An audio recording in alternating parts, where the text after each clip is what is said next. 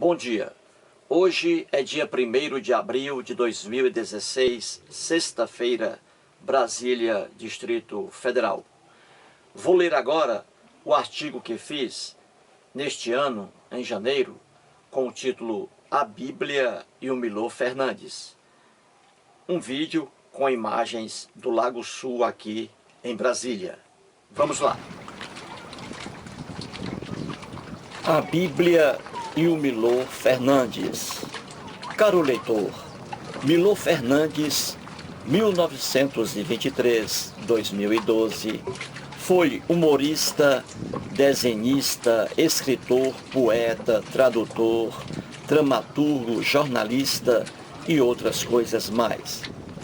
Tinha um cérebro privilegiado, ou seja, usava-o para raciocinar e não apenas para separar as orelhas, como muitos o fazem. Em seu maravilhoso livro, abre aspas, Milor Definitivo, a Bíblia do Caos, fecha aspas, LIPM Poché, 2002, página 56, entre outras coisas, escreve o seguinte, abre aspas, se a Bíblia tivesse sido submetida aos críticos, todos teriam achado subliteratura sem pé nem cabeça. No princípio era a verba, fecha aspas. O humor inteligente do Milor Fernandes contagiava a todos.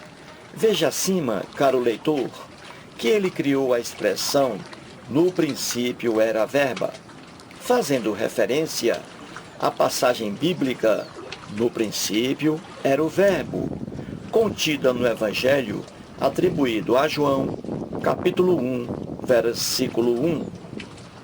Qual o significado da palavra verba usada por Milor Fernandes?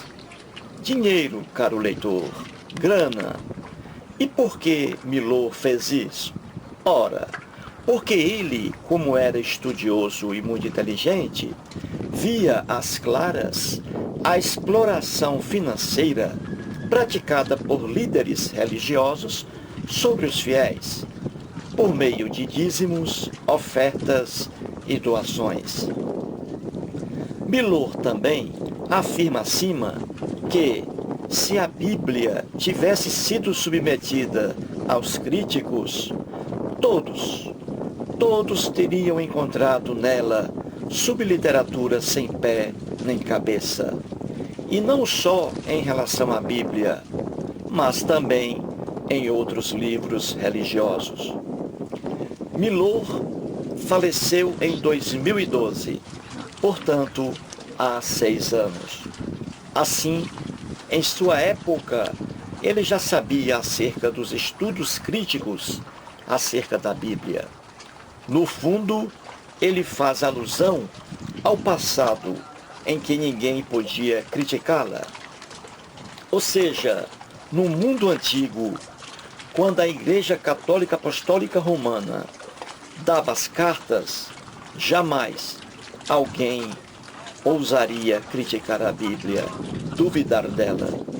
Como exemplos, veja os casos de Giordano Bruno, 1548-1600, e de Galileu Galilei, 1564-1642.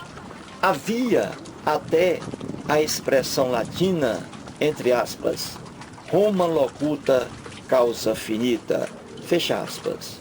Ou seja, o Vaticano falou, então a causa está terminada, não há mais o que discutir. E ai daquele que ousar contrariar a Bíblia.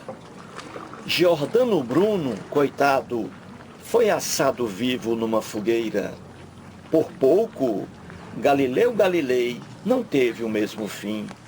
Só escapou da fogueira porque foi obrigado a dizer que sua teoria heliocêntrica estava errada, mesmo sabendo que ela estava correta. Triste e hedionda época, não é mesmo, caro leitor? Hoje, A coisa não funciona assim. O mundo evoluiu. E o mundo ocidental, mais ainda. Brasil, França, Estados Unidos da América do Norte, a própria Itália, Canadá, Portugal e Espanha são provas dessa evolução. Reina a liberdade de crença e reina também a liberdade de expressão.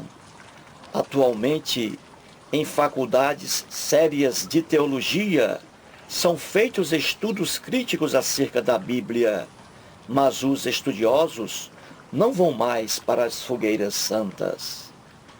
Sabe-se hoje, por exemplo, que a Bíblia é um conjunto de livros de caráter essencialmente religioso e não histórico.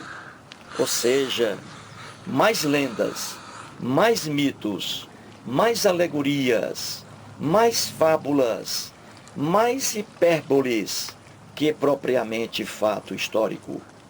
No fundo, como diz Milor Fernandes, é subliteratura sem pé nem cabeça.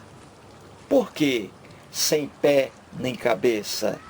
Porque os relatos lendários bíblicos sepultam tudo aquilo que os crentes na Bíblia dizem sobre ela.